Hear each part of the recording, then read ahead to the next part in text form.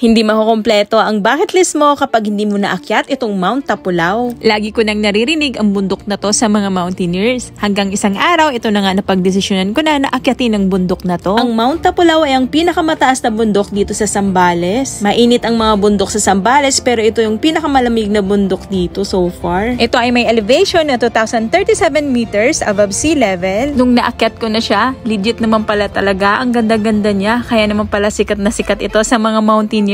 At iba yung klima nito kapag nasa tuktok ka na. Ang lamig. Meron siyang napakagandang multi forest at kapag sunerte ka pa, pwede kang magkaroon ng sea of clouds sa kanyang summit. Kaya naman tara, samahan nyo kami ating puntahan itong Mount Tapulaw dito sa Zambales. So bago mag-start ng aming hike, nagbigay muna ng instruction ng aming orga.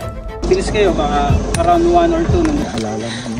At this time, nag-start na kami ng aming hike. Sa unang part, banayad lang naman ang trail, ganyan lang siya. At pansin ko rin habang tumatagal, naging mas mabato ang aming dinadaanan. Ito pala sila ang mga kasama ko. Ilang sandali pa, tumataas na yung araw at nagkakaroon na rin ng view dito. Medyo mainit sa unang part ng hike dito sa Mount Tapulaw. Kaya naman kung plan nyo mag-hike dito, huwag kakalimutang mag-sunblock at prepare nyo yung mga panangga nyo sa init. Habang tumatagal, nagiging ganyan na yung itsura ng trail. Mas lumalaki na yung mga bato. Tama ngayong sinabi nila na mauumay ka daw talaga sa mga bato dito sa Mount Tapulaw. At this time, pwede muna tayo magpahinga dito sa kubo na to. At meron ding tindahan dito, o diba? Nakakatuwa lang yung tindahan ni ate, o diba? Nakalagay 7-Eleven. Ang cute, no? So at this time, pinagpatuloy ulit namin ang aming paglalakad. Medyo malayo-layo at mahaba-habang lakarin pa rin ito. Isa sa mga nagustuhan ko rin dito sa Mount Tapulaw ay mapuno ito, kaya hindi masyadong mainit kapag nag-hike. Ganyan na ganyan yung madadaanan ninyo kapag pumunta kayo dito sa Mount Tapulaw. Although hindi lahat ng part ay mapuno, may part din na open siya. O, diba? Sa nakikita nyo, palaki na ng palaki ulit yung mga bato sa mga dinadaanan namin. Grabe, umay talaga dito sa bato. Parang walang katapos ang puro bato. Dapat yata ito yung Mount Batulaw eh. So at this time, nagpapahinga muna kami rito para makapag-recharge. Ilang sandali pa, pinatuloy ulit namin ang aming pag-hike. By the way, dito pala sa Mount Tapulaw, pwedeng overnight, pwede ring day tour lang. Kung gusto nyong ma-enjoy talaga yung bundok, I suggest overnight. Pero kung gusto nyong matest naman yung endurance nyo, doon kayo sa day hike naman. Ilang sandali pa, nandito na kami sa water source, kaya nag-refill muna kami ng aming mga bote. Ito rin isa sa mga nagustuhan ko dito sa Tapulaw dahil merong water source. So, pwede ka mag-refill ng water mo dito. Ilang sandali pa, nag-rest muna kami dito at in-enjoy muna namin ang view dahil napakaganda ng view dito sa part na to. Tara, i-enjoy muna natin siya.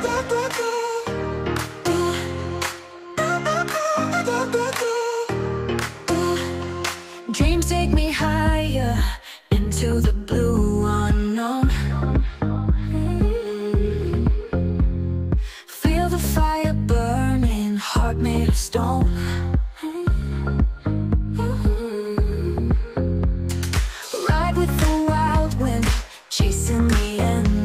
Light. Stars in the black night fuse to night. Passion for adventure, living without a rhyme. Crossing the mountains high, playing with time.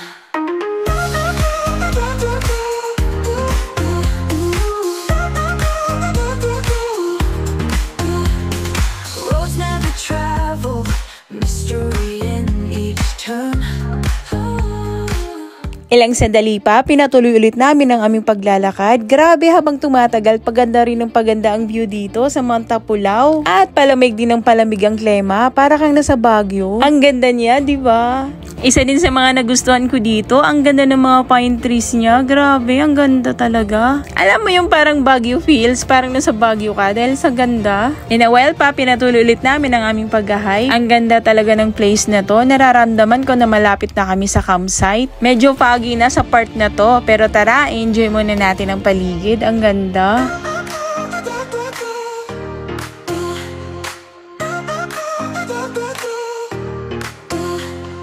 Dreams take me higher into the blue unknown. Feel the fire burning, heart made of stone.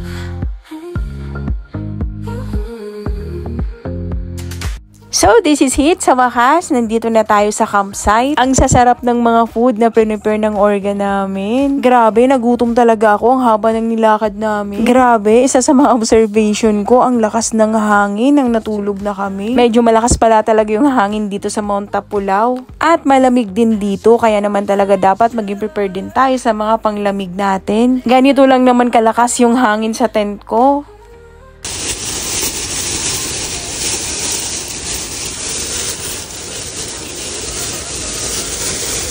O diba, makakatulog ka ba kung ganyan kaingay ang tent mo? Kinabukasan, grabe ang ganda ng sunrise dito, o diba? Inagahan din namin ng gising papuntang summit para sakaling magkaroon kami ng magandang clearing.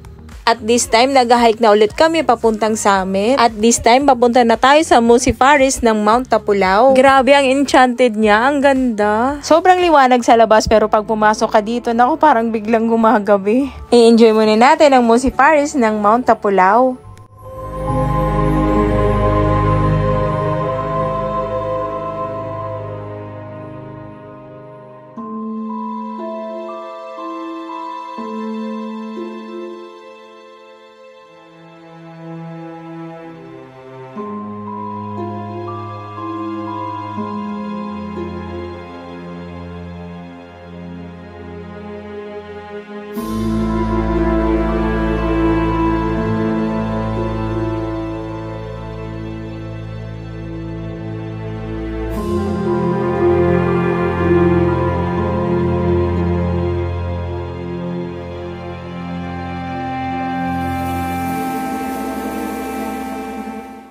Ilang sandali pa, ay sa wakas, nandito na tayo sa summit ng Mount Tapulaw. At grabe, sunerte kami sa clearing. At may bonus pa itong Sea of Clouds. Tara, enjoy muna natin ang summit ng Mount Tapulaw.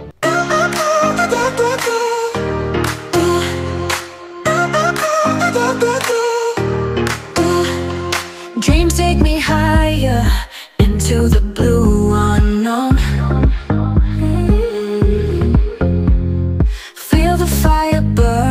Heart made of stone.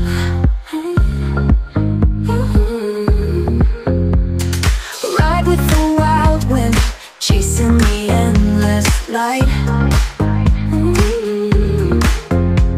Stars in the black night fuse to ignite. Passion for adventure, living without a rhyme. Crossing the mountains high, playing with time.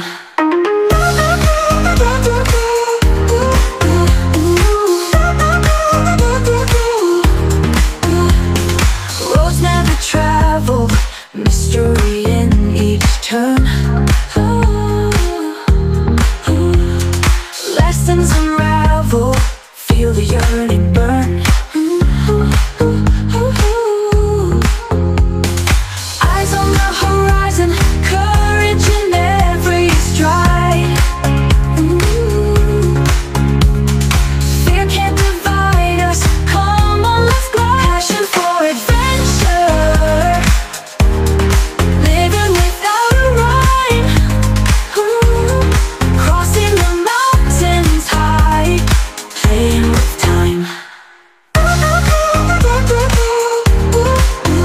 At this time, bumaba na ulit kami para makapag-breakfast. Grabe, ang ganda talaga ng Mount Tapulaw. Hindi nyo pagsisisihan kapag ito ay pinili ninyong akyatin. Grabe, ang sarap ng mga food ng organ namin. Alright, so that's it. Wag na wag ninyong kakalimutan ng Mount Tapulaw sa bucket list ninyo dahil napakaganda naman talaga neto. For sure na magi-enjoy kayo dito. Alright, so that's it muna. Bye-bye!